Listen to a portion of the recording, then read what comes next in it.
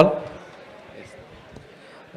ఇప్పటికే చాలా టైం అయింది అండ్ వీ నో దట్ చాలా ఫాస్ట్గా ముగించాలని చెప్పి ఎస్పెషల్లీ ఇక్కడ ముగ్గురు ఉన్నాం, ఇంకొకటి మిస్ అయ్యాడు. అది ఎవరంటే ఎస్కేఎన్. యా, ఈ నలుగురు ఈరోజు మాకు బ్యాక్గ్రౌండ్ లేవు, ఏమీ లేవు. ఈ నలుగురు ఇక్కడ నుంచుని ఈరోజు ఇండస్ట్రీలో ఎంత బాగున్నామంటే దానికి ఒకే ఒక్క కారణం బన్నీ అండ్ అల్లు అరవింద్ గారు.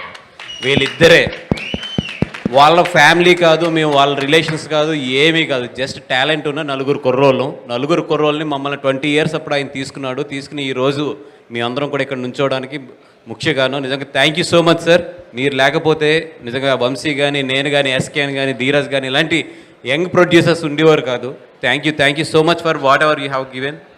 అండ్ బండ్ల గణేష్ అన్న వెళ్ళిపోయినట్టున్నాడు.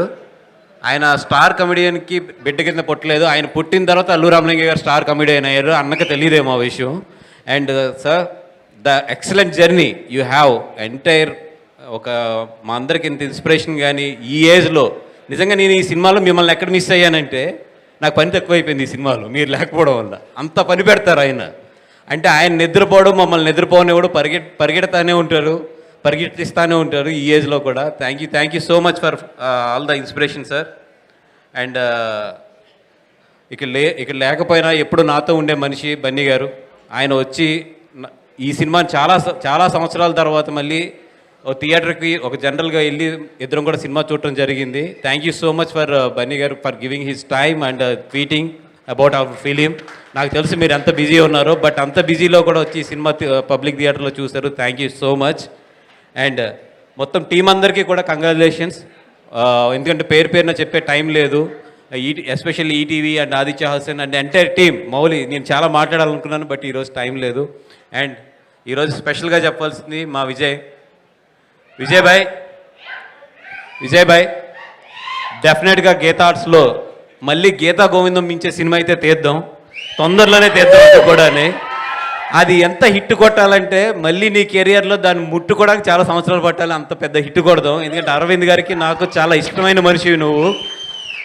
అరవింద్ గారు రోజు అడుగుతున్నారు ఏం ఆలోచిస్తున్నావు, మన విజయ్ మనం చెయ్యాలి కదా, ఎలా చేద్దాం ఏంటి అని చెప్పి అంటున్నారు. బట్ ఈ పట్టు కొట్టేది మాత్రం చాలా గట్టి కొడదాం. అరవింద్ గారు నేను చాలా కసిగొన్నావు నీ విషయంలోని, చాలా గట్టి కొడదాం ఈ పట్టేది మాత్రం. We're committing 100%. నీ లైఫ్, నీ కెరియర్లోనే బెస్ట్ ఫిల్మ్ అయితే మాత్రం గీతా ఆర్ట్స్ నుంచి నెక్స్ట్ వస్తుంది, అదైతే మాత్రం పక్కా.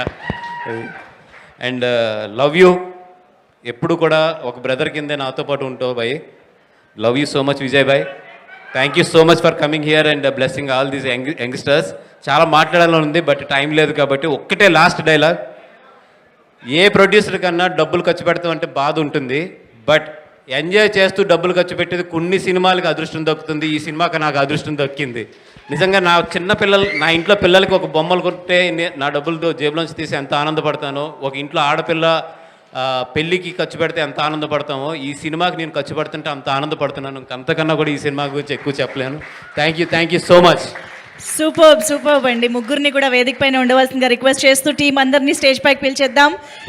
ఆల్రెడీ స్టేజ్ పైకి మాట్లాడిన టీం మెంబర్స్ అందరూ ప్లీజ్ స్టేజ్ పైకి వచ్చేయండి. మళ్ళీ నేను పేరున పిలవాలంటే చాలా టైం